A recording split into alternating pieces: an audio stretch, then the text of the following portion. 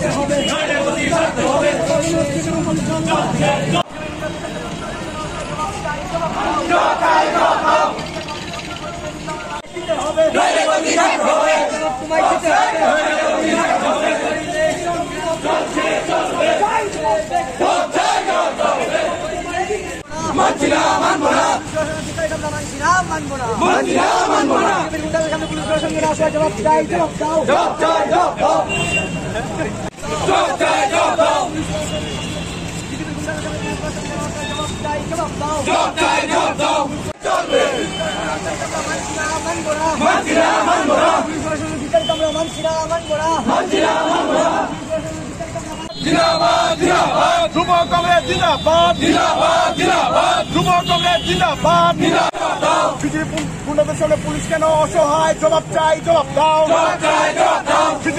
গুন্ডাদের সামনে পুলিশ কেন অসহায়? দেখুন, আজকে ত্রিপুরা প্রদেশ যুব কংগ্রেসের যে বিক্ষোভ র্যালি, তার র্যালির মাধ্যমে আমরা পুলিশকে প্রশ্ন করতে চাই, পুলিশ কেন তুমি বিজেপির গুন্ডাদের সামনে অসহায়? আর কেন তুমি বিরোধীদের জেলে পাঠাও মিথ্যা মামলায়? আমরা এই প্রশ্নের জবাব খুঁজতে আজ আমরা বিক্ষোভ র্যালির মাধ্যমে পুলিশকে বার্তা দিতে চাই, বিজেপি সরকার চিরস্থায়ী থাকবে না। তাই পুলিশের কাছে বিনম্রভাবে আবেদন করছি যে একাংশ পুলিশ অফিসাররা আমাদের কংগ্রেস কর্মীদের, নেতা কর্মীদের উপর নির্মমভাবে অত্যাচার চালাচ্ছে সারা রাজ্যে।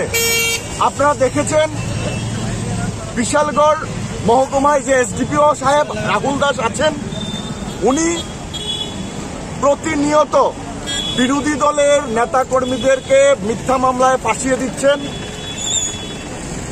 এই এসডিপিওর জুরিডিকশনে বিশ্রামগঞ্জে আমাদের সর্বভারতীয় সম্পাদিকা জড়িতা লাইফলংজি, আমাদের প্রাক্তন বিধায়ক আশিস কুমার সাহাজির উপর আক্রমণ হয়েছে। মামলা করা সত্ত্বেও পুলিশ একজনকেও গ্রেফতার করেনি। অথচ এই বিশালগড়ের যুব কংগ্রেস, বিশ্রামগঞ্জের যুব কংগ্রেস যখন সাংগঠনিক প্রোগ্রাম করতে গেছিল, তখন বিজেপি আমাদেরকে আক্রমণ করে, পুলিশ সমোটো মামলা নিয়ে আমাকে সহ আরো 4 জনকে গ্রেফতার করে। অথচ পুলিশের সমোটো মামলায় দুই পার্টির ক্ল্যাশ হয়েছে, কিন্তু পুলিশ তার সমোটো মামলায় বিজেপির কাউকে রাখেনি।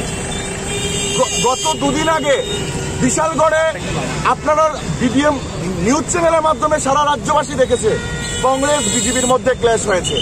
এই এসডিপিও রাহুল দাসের নেতৃত্বে সমোটো মামলা নেওয়া হয়েছে শুধু কংগ্রেস কর্মীদের উপর, কিন্তু একজনও বিজেপি কর্মীর বা বিজেপি নেতার উপর মিথ্যা সমোটো মামলা নেওয়া হয়নি, নেয়নি পুলিশ, এবং কাউকে গ্রেফতার করেনি পুলিশ। আমাদের নেতা কর্মীরা যারা ইনভলভ ছিল না, যারা ওখানে ক্ল্যাশে ছিল না, ওদেরকে পর্যন্ত বাড়ি থেকে তুলে এনেছে।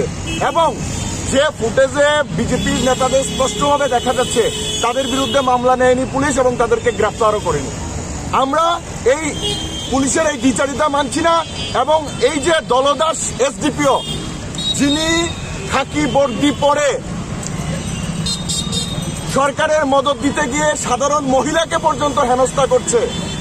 আপনারা দেখেছেন সমোটো মিথ্যা মামলায় ফাঁসিয়েছে আমাদের একজন কংগ্রেস কর্মীকে, তার বাচ্চা এবং তার ওয়াইফকে থানায় নিয়ে বারবার প্রতিদিন হেনস্থা করছে।